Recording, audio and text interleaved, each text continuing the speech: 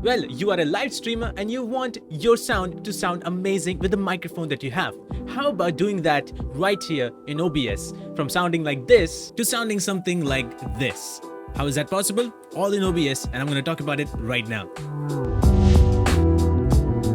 Hey, what's up everybody? Hope you guys are doing amazing and fantastic, and today we're going to talk about how to make your microphone sound so much more better than it already is. Everybody wants to invest in a good microphone, but they're way more expensive and sometimes it's very hard to get those microphones. And right now I have Samson C01U Pro, one of the budget microphones in the market right now, and it sounds pretty nice. Well, OBS has a number of tools that you can use to make your microphone sound so much more better. And the way you can do that is we have to go to OBS first. So here we are in OBS and you can see we have a number of sources here. I have a microphone source. I'm going to click on that and I'm going to go here and click on filters.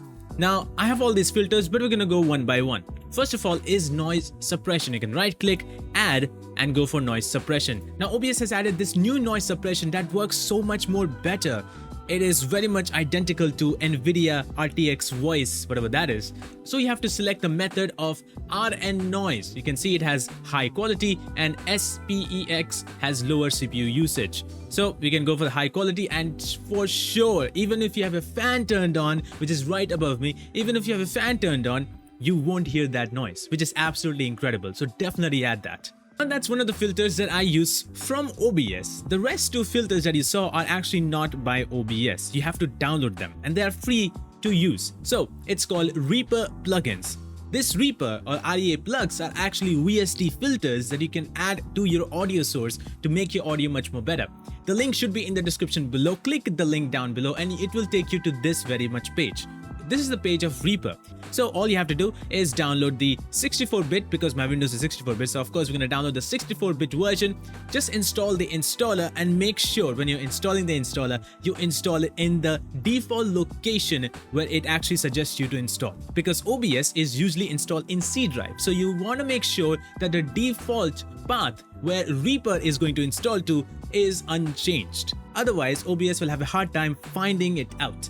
Now once you've installed Reaper, make sure to close OBS and restart it, or maybe if it doesn't work at all, restart your system as well, just to make sure.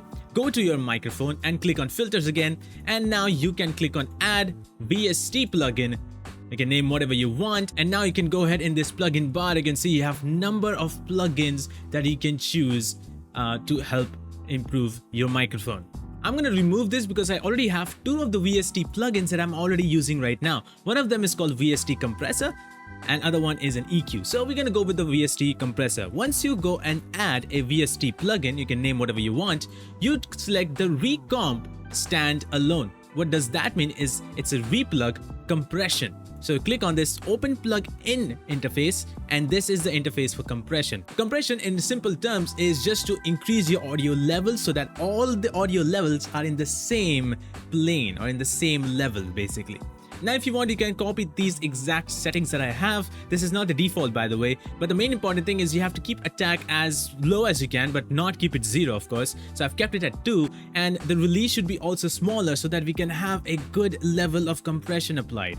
So within this attack and release is where the compression is going to be applied, and now you also have a ratio which is usually people keep it at 2:1. It works the best. I don't know exactly everything about this. I've seen a lot of people use 2:1. It actually works the best. You can also apply 3:1 and play with the settings if you want to really experiment to see how this compression works on. Now with this compression applied, your microphone will actually sound a little bit more better. Now the next VST filter that we are going to use is called EQ, meaning equalization. In every audio that we're editing, we need to have some kind of equalization where everybody adds a bass and adds some treble to, lift our voices in those areas. With bass and treble, our voices become much more clearer and much more stronger. And that is exactly what we are going to do inside of OBS. So we have to add a new VST plugin. I'm going to call it EQ2. And we are going to go to this drop down menu and search for the REA EQ standalone. Now I'm going to disable my own EQ that I have, and you're going to have a change in the voice a little bit. Now right now we have a little bit change in the voice, so it's fine because we're going to work on it together. So before we work on this, we have to make sure that we can listen our voice through our headphones. So of course you have to put your headphones on, otherwise you cannot listen to it. So do that first. Now once you have done that, go to the audio mixer, which is right here in the bottom. Find your microphone, which is right here, and go all the way to the right. There's a gearbox such as the settings. Click on it and you can go to advanced audio properties. Again, I have to find my microphone, go all the way to the right side. It says audio monitoring. Select monitor only. What this does is you can monitor your audio through OBS and you can listen to it in your headphones. So now when you apply any kind of filter, any kind of effect, you can understand how your voice changes when you apply those effects. And that is very important when we apply the equalization. Now we have gone back to the filters. I'm going to click on interface and this is how it looks like. It's a waveform where we're going to edit each waveform based on how we are going to sound like. Now in default, there are 4 different wavepoints that is added into this waveform. And as I change any of these, you will understand how my voice changes as well. Now go to the first waveform. On the type, select the drop down menu and go all the way down to high pass. Now what it does, it allows the waveform to be balanced and more crisper. That's what I've understood about high pass. You can also increase the gain a little bit. I like to increase the gain like 0.3, 0.4. It always works. Again, you can play around with these settings as much as you can so that you can understand what your voice is and how it sounds like when you're talking through it. Again, my settings won't be the same as your settings because my voice is different than your voice, so it will be different based on how your voice is. Now again, understand this is in a waveform. On the left hand side, if you lift the left side up, it adds bass, and if you lift the right side up, it adds treble. The bass and treble will make your voice crisper and stronger, as I said before. So we're gonna go to the second waveform. I'm gonna do just that. Now we have the type as band, which is completely fine. Here's the most important thing. If you increase the gain, that lifts up the waveform towards the positive side. That is what we want. But we have to understand where we have to place this so that our voice sounds more bassy. That is where the frequency comes into place. We're gonna move left and right to see where it sounds perfectly, sounds right. I'm gonna increase and see whether this is good or not. As far as I know, I'm gonna increase it to 6.1, and I think this is probably almost the right place. I believe is where my frequency can get more bass. Now again, usually the bass is around the lower kilohertz. As you can see, there's 100 to 200 kilohertz. It's usually somewhere around that where the bass line is. So keep on playing with the frequency unless and until you are satisfied with the bass that you need for your voice. Now I'm going to go to the third point. The third point actually doesn't matter much. You can even increase it or decrease it, or you can even keep it the way it is. I, however, would like to do is I would decrease the third point a little bit so that I can have a little bit of a balance. Now, it works for me. It works for my voice, that I feel like this is where it should have been, and this is where it needs my voice to have that kind of clarity. Again, you can keep it unchanged. You don't have to worry anything about it, but I will do this. I'm going to move a little bit towards this side maybe and reduce that a little bit. Increase the bandwidth, not that much. I guess it's fine. And now we're gonna go to the fourth one. Now the fourth one is where I want to add the treble. You can see it's a very end point. It's a very right side. As I said, the right side will add some more treble.